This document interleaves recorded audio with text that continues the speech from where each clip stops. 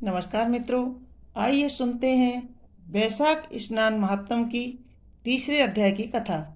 नारद जी ने कहा, जो मनुष्य उत्तम ब्राह्मण को थकावट दूर करने वाली सैया दान देते हैं, जिस पर वह ब्राह्मण शीतल एवं मंद मंद सुगंधित वायु से सेवित स्वस्थ होकर सुखपूर्वक सोता है, धर्म साधनभूत शरीर जैसे निरोग रहता है, ऐसे दान को देकर सभी दुखों को दूर करके निष्पाप प्राणी उस अखंड पदवी को प्राप्त करता है, जो कि योगियों को भी दुर्लभ है।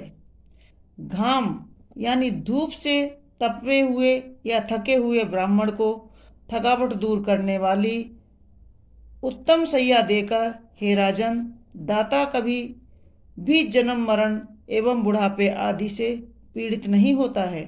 ब्राह्मण जिस सैया को ग्रहण करके अजन्म स्वस्थ चित्त होकर सोता है, उसकी तो बात ही क्या है।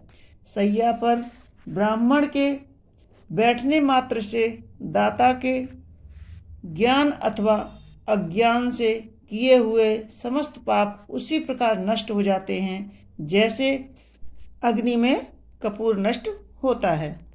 और उस सैया पर ब्राह्मण सुखपूर्वक सोए, तब तो निसंदेह ब्रह्म निर्वाण प्राप्त होता ही है। स्नान मात्र से अत्यंत भगवत प्रिय वैशाख मास में जो सैया दान करता है, इसमें संदेह नहीं कि वह उसी जन्म में सुख भोगों से संपन्न होता है।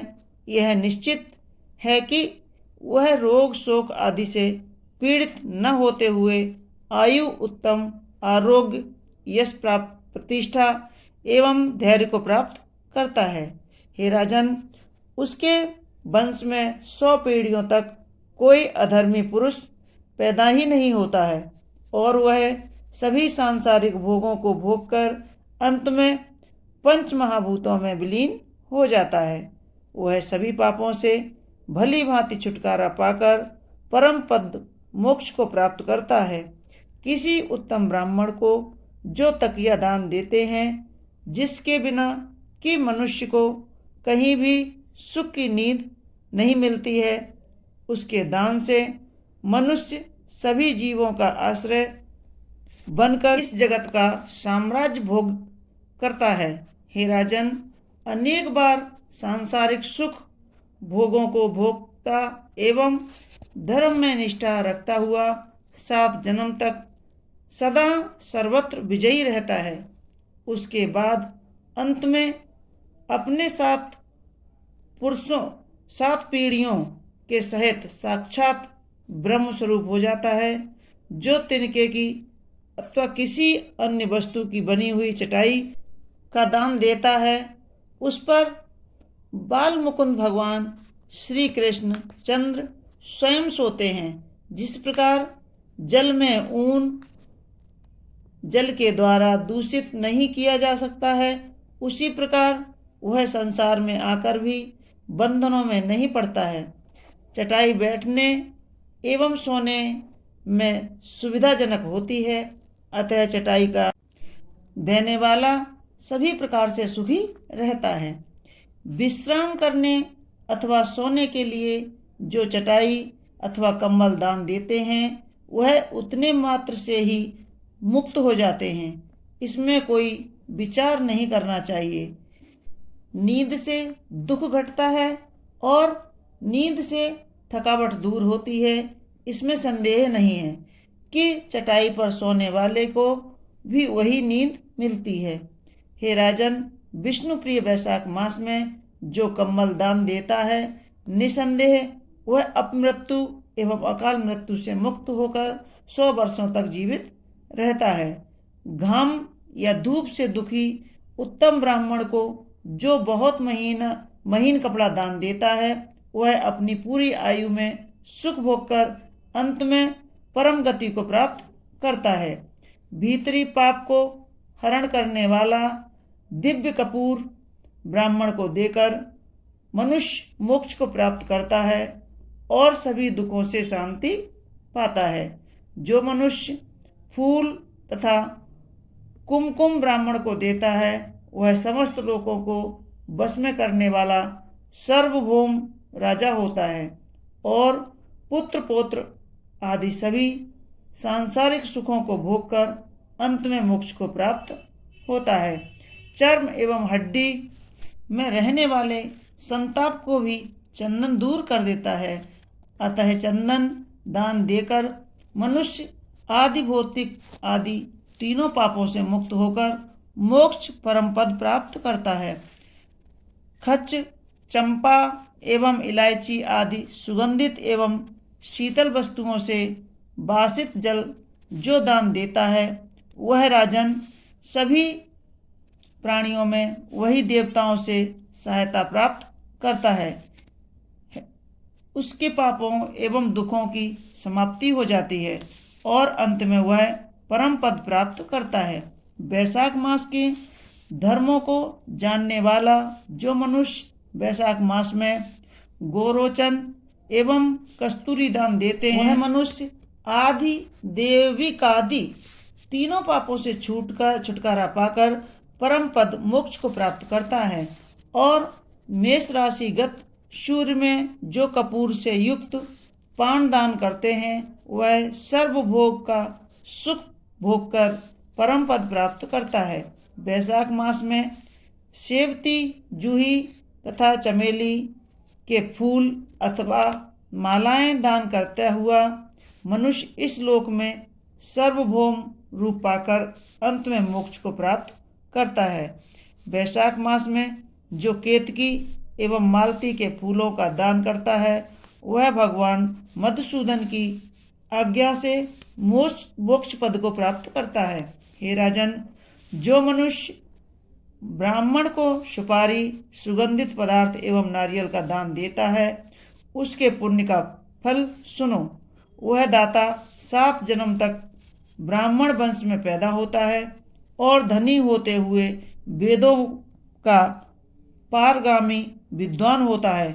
अंत में अपने पुरुषों के सहित विष्णु लोक में जाता है। और जो ब्राह्मण के घर पर विश्राम गृह बनवा देता है उसके पुण्य का वर्णन हे राजन मैं नहीं कर सकता हूँ। जो बालू बिछा हुआ छायादार सुंदर मंडप जिसमें कि पोसरा भी चालू हो बनवाता है वह तीनों लोकों का स्वामी होता है। जो रास्ते में बगीचा, तालाब, कुआं अथवा मंडप बनवाते हैं वह तो साक्षात धर्म का स्वरूप है। उसे पुत्र पौत्र आदि से क्या कुआं, तालाब, बगीचा, मंडप, पोसरा चलवाना या चलाना उत्तम उत्तम धर्मों का आचरण। हे राजन, ये 7 प्रकार के पुत्र माने गए हैं। इनमें से संदेह नहीं कि इनमें से किसी को भी नहीं करने वाला मनुष्य स्वर्ग आदि लोक नहीं पाता है। उत्तम उत्तम शास्त्रों का वर्णन, श्रवण, तीर्थ यात्रा, सज्जनों की संगति, जलदान, अन्नदान, पीपल का वृक्ष लगाना तथा पुत्र, ये 7 प्रकार के पुत्र वेदज्ञ विद्वानों द्वारा बताए गए हैं। सैकड़ों धर्म करने पर भी पुत्र के बिना मनुष्य स्वर्गलोक प्राप्त नहीं करता है। संतान की अभिलाषा अवश्य करनी चाहिए। इसमें से किसी एक को ही अवश्य अपनाना चाहिए। पशु, पक्षी, मृग तथा वृक्षों को भी परम लोक का सुख नहीं मिलता है, फिर मनुष्य की क्या गणना है। सुपारी, पान की पत्ती, कपूर तथा इलायची, लौंग आदि से सुसंपन्न उत्तम पान का बीड़ा दान देना चाहिए। इसमें संदेह नहीं कि पान का दान देने वाला शरीर से किए गए समस्त पापों से छुटकारा पा जाता है और निश्चय ही यश, धैर्य तथा लक्ष्मी को प्राप्त करता है। और यदि कोई रोगी मनुष्य देता है तो वह निरोगी हो जाता है और यदि स्वस्थ व्यक्ति देता है तो मोक्ष को प्राप्त करता है। वैशाख मास में जो ताप दूर करने वाला मट्ठा दान करता है वह निसंदेह इस पृथ्वी पर विद्वान एवं धनी हो जाता है। घाम के दिनों में मट्ठा के समान कोई अन्नदान नहीं है। इसके लिए रास्ते में थके हुए ब्राह्मण को मट्ठा देना चाहिए। जंबीरी नींबू के सुंदर रस से युक्त तथा स्वच्छ नमक मिला हुआ अरुचि को मिटाने वाला मट्ठा जो दान करता है वह मोक्ष को प्राप्त करता है। ताप और शांति के लिए वैशाख मास में जो दधि खंड दान करता है उसके पुण्य फल का वर्णन हे राजन मैं नहीं कर सकता हूँ।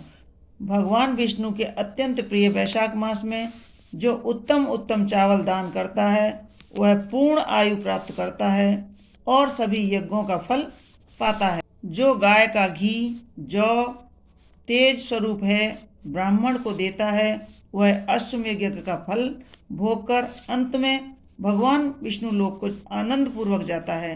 सूर्य के मेष राशि में आने पर वैशाख मास में गुड़ के साथ जो पैदा होता है दृढ़ अंग वाला निरोगी और स्वस्थ होते हुए जो मनुष्य वैशाख मास में घर में ही स्नान करता है वह चांडाल की योनि प्राप्त करता है।